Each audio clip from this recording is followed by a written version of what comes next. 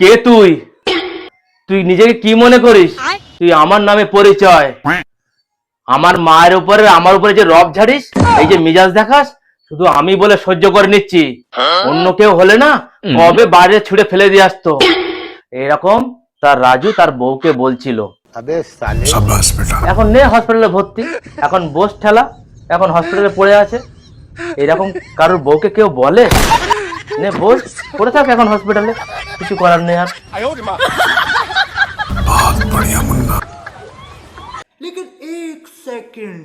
এ নাও চা।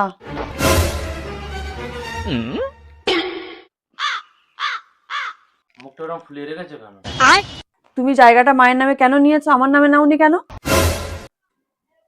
মা আমাকে জন্ম দিয়েছে, মা আমাকে মানুষ করেছে, লেখাপড়া শিখে কাবিল বানিয়েছে। মাকে তো আমি ছাড়তে পারি না, ওর জন্য মার নামে করেছি আমি। তাহলে 5 লাখ টাকার লোনটা কেন আমার নামে করেছো? আরে পাগলি, আমি তোমাকেও তো ছাড়তে পারি না, তোমাকেও তো ভালোবাসি।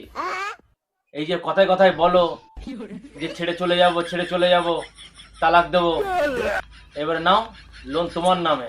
ছেড়ে চলে গেলে তোমাকেই ভরতে হবে।